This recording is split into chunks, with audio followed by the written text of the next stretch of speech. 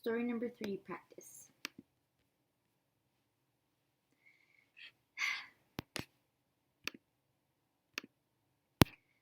Have you ever been tired of doing the same old thing every day?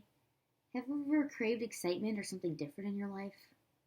These are questions that Jack Skellington discovered in Tim Burton's The Nightmare Before Christmas, a story that reminds us that we all have good ideas and intentions, but there will always be people that misinterpret them and discredit us.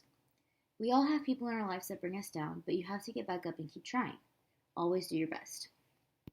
It was late one fall in Halloween Land, and the air had quite a chill.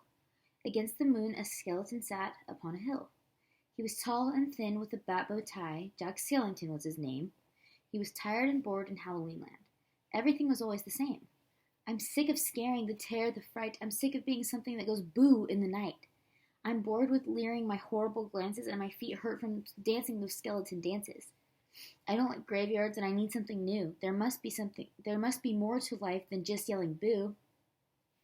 Then out of the grave with a curl and a twist came a whimpering, whining spiritual mist. It was a little ghost dog with a faint little bark and jack-o'-lantern nose that glowed in the dark.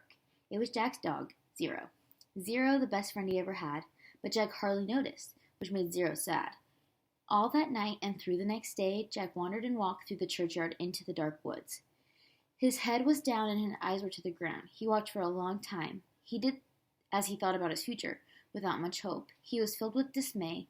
Then, deep in the forest, just before night, Jack came upon an amazing sight. Not 20 feet from the spot where he stood were 3 massive doorways carved in wood. One of the doors had a green tree with decorations on it. Of course, it was a Christmas tree, but Jack didn't know anything about Christmas trees. One door had a pretty egg with yellow flowers on it. It was the Easter door, but Jack knew nothing about Easter. The Thanksgiving Day door had a big bird with a small head.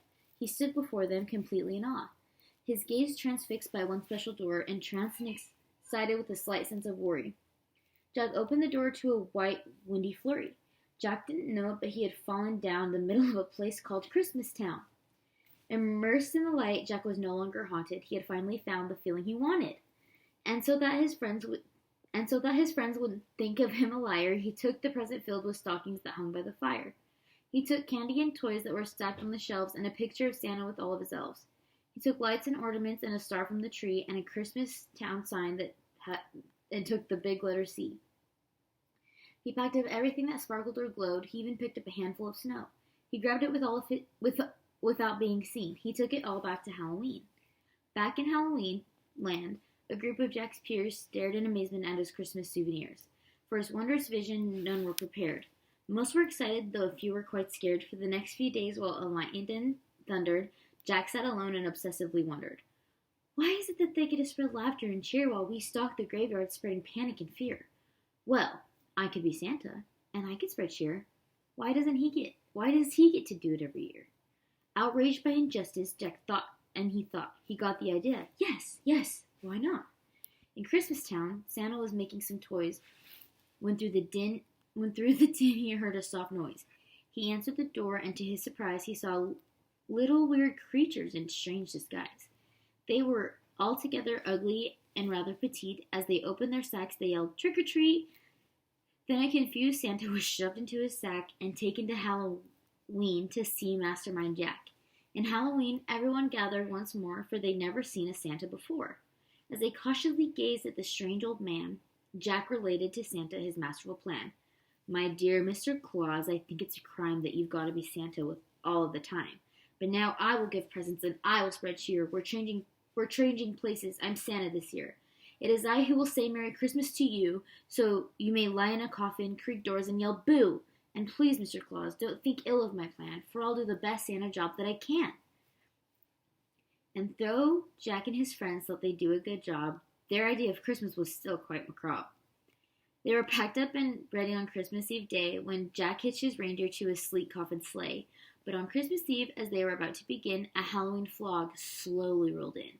Jack said, "We can't leave. This fog is just too thick. There will be no Christmas, and I can't be St. Nick." Then a small glowing light pierced through the fog. What could it be? It was Zero, Jack's dog. Jack said, "Zero, with your nose so bright, won't you guide my sleigh tonight?" And to be so needed, it was Zero's great charm. He joyously flew to the head of the team, and a skeletal sleigh started his ghostly flight. Jack cackled. Merry Christmas to all, and to all a good night. 'Twas the night before Christmas, and all through the house not a creature was peaceful, not even a mouse.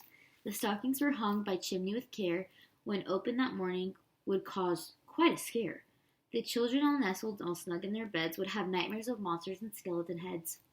The moon that hung over the new-fallen snow cast an eerie pall over the city below, and Santa Claus' laughter now sounded like groans, the jingling balls like chattering bones. And what to their wondering eyes should appear but a coffin sleigh with a skeleton deer? And a skeleton driver so ugly and sick, they knew in the moment, this can't be St. Nick. From house to house, with a true sense of joy, Jack happily issued each present and toy. From rooftop to rooftop he jumped and he skipped, leaving presents that seemed to be straight from a crypt. Unaware that the world was in panic and fear, Jack merrily spread his own Christmas cheer. He visited the house of Susie and Dave. They got a gumpy and a pokey from the grave. Then on the home of little Jane Newman, she got a baby doll possessed by a demon. On monstrous train was a tentacle tracks, a ghoulish puppet wielding an axe, a man-eating plant disguised as a wreath, and a vampire teddy bear with very sharp teeth. There were screams of terror, but Jack didn't hear it. He was too much involved with his own Christmas spirit. Jack finally looked down from his dark, starry frights and saw the commotion, the noise, and the light. Why, they're celebrating me. It looks like such fun. They're thanking me for the good job I have done. But what he thought were fireworks meant his goodwill. They were bullets and missiles intended to kill. The amidst a barrage of artillery fire, Jack urged Zero to get higher and higher, and away they flew like the storm of the thistle until they were hit by a well-guided missile. As they fell in the cemetery way out of sight was heard, Merry Christmas to all, and to all good night. Jack pulled himself up on a large stone and cross. From there he reviewed his incredible loss. I thought I could be Santa. I had such belief. Jack was confused and filled with great grief. Not knowing where to turn, he looked towards the sky, then he slumped on the grave and started to cry. As Zero and Jack lay crumpled on the ground, they suddenly heard a familiar sound.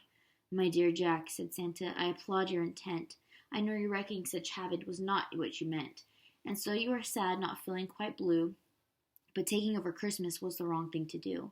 I hope you realize Halloween's the right place for you. There's a lot more, Jack, that I'd like to say, but now I must hurry, for it's almost Christmas Day. Then he jumped in his sleigh with a wink of an eye and said Merry Christmas, and he bid them goodbye. Back home Jack was sad, but then like a dream, Santa brought Christmas to the land of Halloween.